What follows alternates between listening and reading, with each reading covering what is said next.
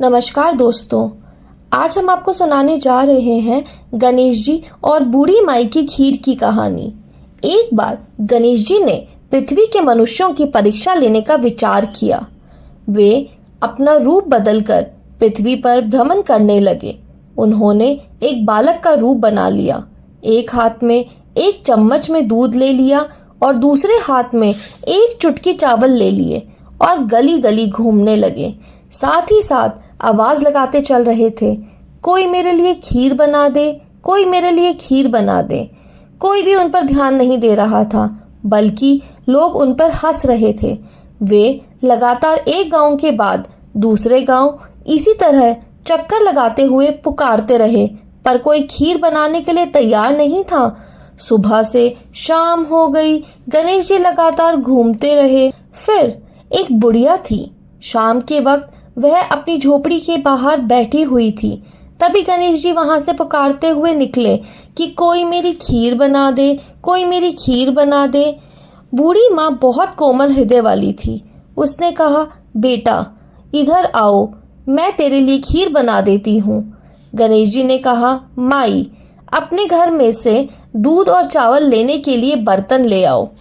बूढ़ी माँ एक कटोरी लेकर जब झोपड़ी के बाहर आई तो गणेश जी ने कहा, अपने घर का सबसे बड़ा बर्तन लेकर आओ माई। बूढ़ी माँ को थोड़ी हिचकिचाहट हुई, पर उसने कहा, चलो बच्चे का मन रख लेती हूँ। और अंदर जाकर वह अपने घर में से सबसे बड़ा पतीला लेकर बाहर आई। गणेश जी ने चम्मच में से दूध पतीले में डालना शुरू किया।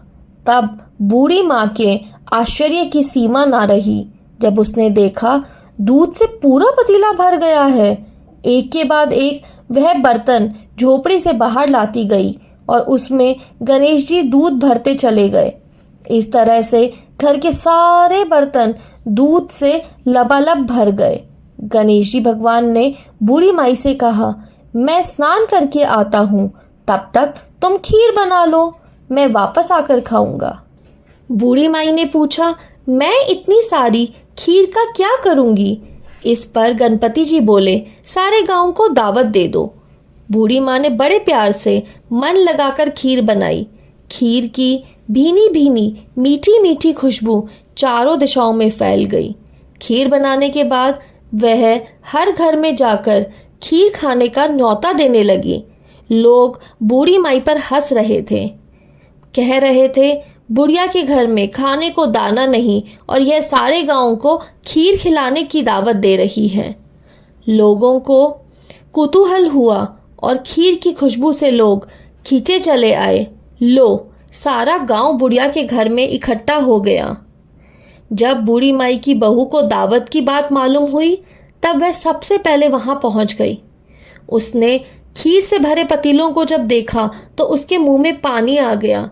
उसे बड़ी जोर से भूख लगी हुई थी।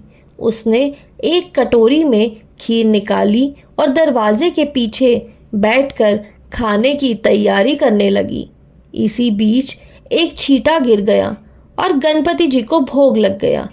गणपति जी तो प्रसन्न हो गए। अब पूरे गांव को खाने की दावत देकर बूढ़ी माई वापस अपने घर आई तो उसने देखा बालक वापस आ गया था। बूढ़ी माई ने कहा, बेटा खीर तैयार है, भोग लगा लो।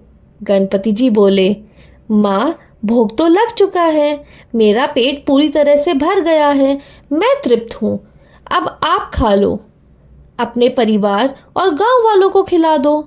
बूढ़ी माई ने कहा, यह तो बहुत ज़्यादा है, सबका पेट भर जाएगा, इसके बाद भी यह बच जाएगी, खीर का मैं क्या करूँगी? इस पर गणेश जी बोले, उस बची हुई खीर को रात में अपने घर के चारों कोनों में रख देना। और बूढ़ी माई ने ऐसा ही किया। जब सारा गांव जी भरकर खा चुका था, तब भी ढेर सारी खीर बच गई। उसने खीर के सभी पात्रों को अपने घर के चारों तरफ रख दिया और जाकर सो गई। सुबह उठकर उसने क्या देखा?